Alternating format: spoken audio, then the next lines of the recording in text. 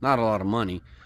I'm not rich, guys. I'm just a 22-year-old that is hustling and has daily expenses just like you all. I know I might look like I'm balling and I have all this equipment, but I'm not. I got bills just like all of you. Not a video I wanted to make, but I'm gonna make it so I can help some of you guys out there that probably have some stuff financed like I do.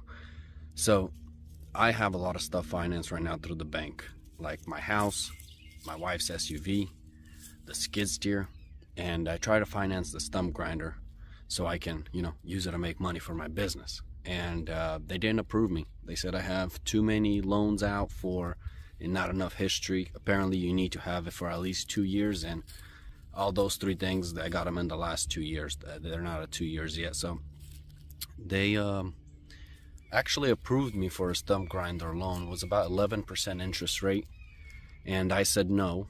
And then he came back and said the lowest we can do is 8.5, which I was cool with. I was willing to do it at 8.5. Then once I asked him, all right, send me the paperwork, apparently his lender pulled the report, so I'm not approved anymore for it. And I had some jobs already lined up. I was already counting on getting it.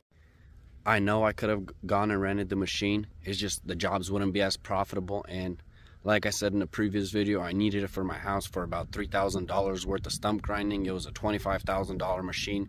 So I was like, all right, worst case, I'm gonna buy it, do those jobs, grind the stumps at my house, sell it, take a little bit of loss, because equipment does not depreciate as fast as a car or anything like that. So they hold their value very well. So that's what I was counting on. And like I said, they didn't approve me. So then I came up with a different plan, how I can get 0% interest rate. And the only way you can get 0% interest rate in today's economy is if you literally get a credit card with 0% APR. So what I did is I got a new credit card for my business, and they approved me for $20,000. The stump grinder cost $25,000, so that wasn't enough. So then what I ended up doing is I opened a personal business card with Wells Fargo that I'm with, and they gave me a $20,000 limit as well. So what I ended up doing is I just put the $19,000 on the Amex and then the rest on the Wells Fargo credit card. And basically my plan was to work the equipment and pay it off within a year. And worst case scenario, it doesn't work out, I go ahead and sell the equipment, pay off the debt. That way I'm not stuck with the 25-30% interest rate on a credit card. That works as long as you make a good plan. And it's been going great. What I'm pissed about is because what happened was not supposed to happen. So in my business checking account, I had like, let's say $3,000. It was like 2,000 something. Not a lot of money. I'm not rich, guys. I'm just a 22-year-old that is hustling and has daily expenses just like you all. I know I might look like I'm balling and I have all this equipment, but I'm not. I got bills just like all of you. I've been paying it off within the first month that I put that debt on. I paid off like first month or 2 months. I'm not sure exactly. I have to go back and check the dates, but my balance was at 15,000 remaining. So I paid like 4,000 something off from the jobs I've been basically doing with the equipment. I've been throwing everything at it, not paying myself, just trying to get out of debt. And I had a remaining balance of like 15,000. Last night I log into my bank and my business checking is saying minus 13,000. And I was shocked. I was like, what the heck? I've never been in negative my whole life since I've been banking. My credit score is at 785. I've never missed a bill, basically. So that's why another thing is they're approving me for stuff because they see how reliable I am and I pay my stuff. But I was pissed because now I'm in negative for the first time. My credit is going to take a hit. And why this happened was because Amex decided to, I don't know if it was my fault or Amex's fault, I can't recall, but I set up automatic payments and I thought I pressed the minimum payment due. So like if you by accidentally forget in these 12 months to pay the payment, at least they will pull the minimum so you don't hit with the no payment fee. And yeah, apparently they pulled the 15,000 something dollars and change out of my account through my Wells Fargo business checking into the negatives.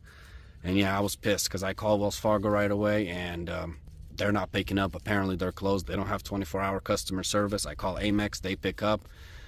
Guy was super nice. swap my account back to normal, the minimum payment. He said, hey, sorry, you're over 10,000. We can't, just refund it back into the bank. So I was like, all right, what can you do? He's like, we can send you a physical check. It'll take 5 to 10 days. I'm like, oh man, this sucks, but it is what it is. Better to get that and not be screwed with Wells Fargo because I'm in the negative and take all this hits.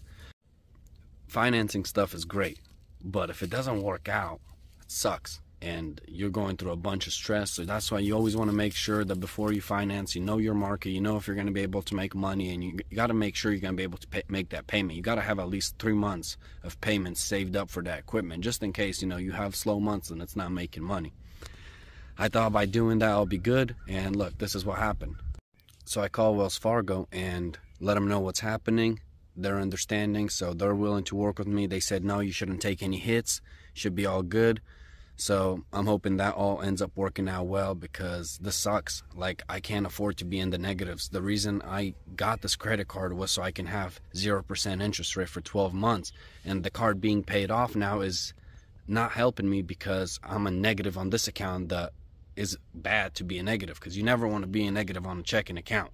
And credit card is fine because you got the debt, you're making the minimum payment, you're covered. You're not going to pay any interest or fees up to that first year. This is why it's very important to check your accounts daily, or at least a couple times a week, because you never know what's going to happen. And if I would have never caught this, guess what? I would have just never found out. And by the time I found out, they would have probably been like, yo, it's been weeks or months. Why didn't you tell us ahead of time, So always check, guys, and, always read the fine print. I guess I thought I did, and I clearly didn't, or it was a technical mistake. I don't know. And if you guys thought that was it, no, I got more bad news. So as you guys saw in my last video, I said I'm going to be taking my mini skid to the dealer. Guess what? I did. And the news aren't great, guys. They're not.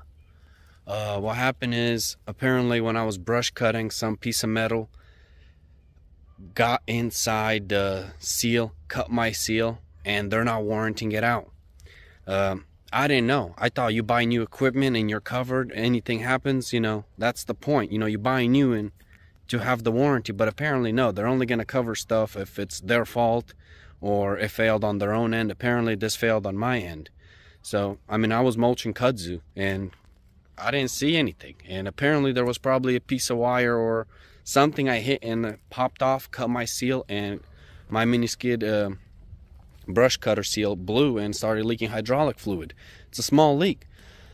So next time what I'm going to do is, if I get this type of leak, is take it apart myself and not take it to the dealer, because now I'm screwed. I'm stuck. I have to go through with the repair, because apparently the warranty doesn't cover it, their labor, if it's not their fault. I used to be in the appliance field. If you're out there on a call as a warranty and the customer has physical damage, guess what? Samsung still pays. Whatever company you do the warranty call for, they will still pay you for going out there. And I'm sure most likely dealers get paid too, but they just want to make extra bread like everybody else. And they said, no, it's not covered. You got to pay minimum 2 hours of labor right now. So if you pick it up, you're still going to owe us $200. So, because I was planning on just going and buying the seal, picking my machine up, fixing it myself. And the seal is like $20-30 on Amazon.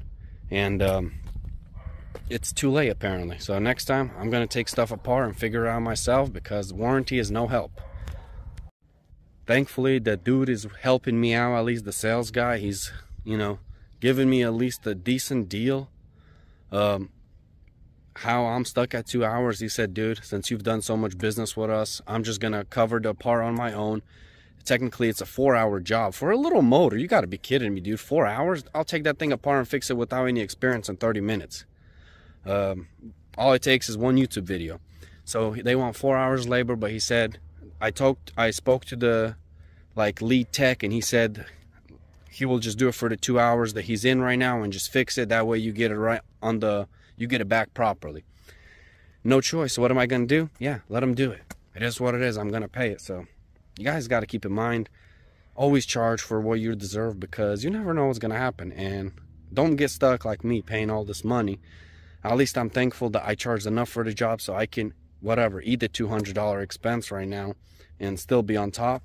But You never know. So this is why you guys always need to take everything into account, because yeah, most likely worst case scenario won't happen, but stuff will still happen. So I appreciate you guys watching this video. If you guys enjoyed this content, just like, comment, and subscribe, and let me know, have you guys been screwed by your dealers?